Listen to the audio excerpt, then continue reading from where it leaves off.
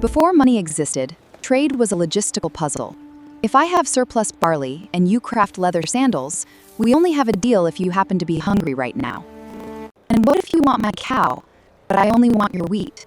You can't chop a cow in half without losing its utility. Perishability and indivisibility broke early trade. Thousands of years before physical coins, money lived as credit on clay. Mesopotamian temples recorded who owed how many shekels of barley on baked tablets. Civilizations solved this by using intermediary commodities with inherent utility or aesthetic scarcity, like salt, rare shells, or metal rings. But commodities are heavy, bulky, and degrade over time. Transporting a year's worth of wealth across mountains meant risking bandits, spoilage, and exhaustion.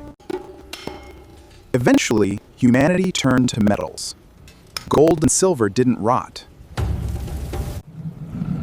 Around 600 BCE, Lydia solved this. By certifying the weight and purity with a sovereign stamp, they created the standardized coins.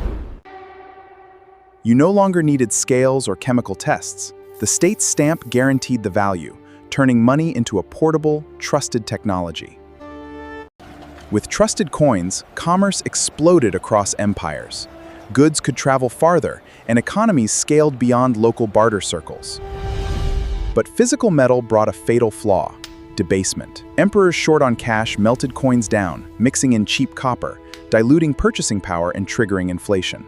In 11th century China, iron coins were so heavy you needed carts to buy groceries. Jiaozi, the world's first true paper banknotes, backed by merchant reserves. Coinage revolutionized local markets, but global commerce hit a wall. Moving gold was heavy. The solution was brilliant. Leave the heavy gold locked in secure vaults and trade the paper deposit receipts instead. Money took its first step into pure abstraction. With double-entry bookkeeping, money became mathematics. Every transaction maintained balance. Assets equaled liabilities plus equity. Trust was now verified by accounting.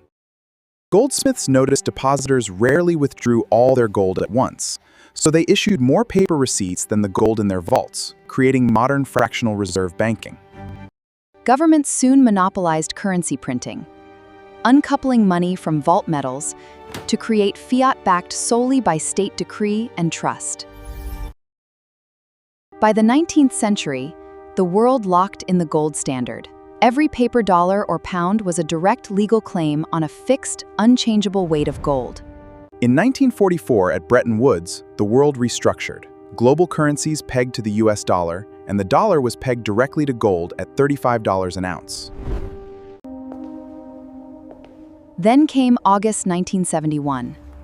The US severed the dollar from gold, entering the pure fiat era. In the late 20th century, money shed its paper skin entirely. Value transformed into magnetic charges on hard drives and optical pulses through undersea fiber cables. Today, most money isn't printed by central banks. When a commercial bank issues a mortgage or business loan, it types new digital deposits into existence out of thin air. When you tap a card or phone today, no cash moves. A centralized network simply authenticates your identity and updates account balances in milliseconds. Moving money across borders relies on messaging protocols like SWIFT. It's not physical currency, an encrypted chain of institutional promises settling overnight. Frictionless money gives unmatched convenience, turning your financial life into an open book for banks, corporations, and states.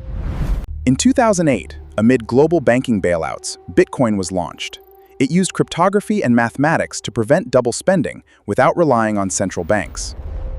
But centralized ledgers rely on institutional intermediaries. Enter cryptography, distributed networks where consensus replaces banks and math guarantees scarcity. Miners compete to solve complex cryptographic puzzles to append the next block. Proof of work turns physical energy into unforgeable mathematical truth across thousands of independent nodes.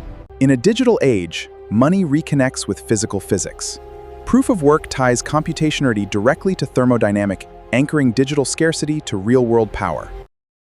Programmable blockchains enabled smart contracts, transforming money into autonomous software that trades, lends, and settles transactions without human intermediaries. The frontier of money solves privacy mathematically. Zero-knowledge cryptography lets you prove you have sufficient funds to pay without revealing your identity, balance, or history. Governments aren't sitting still. They're developing central bank digital currencies. A digital dollar or euro, programmable by sovereign states, merging fiat authority with electronic speed. Tomorrow, money scales beyond Earth.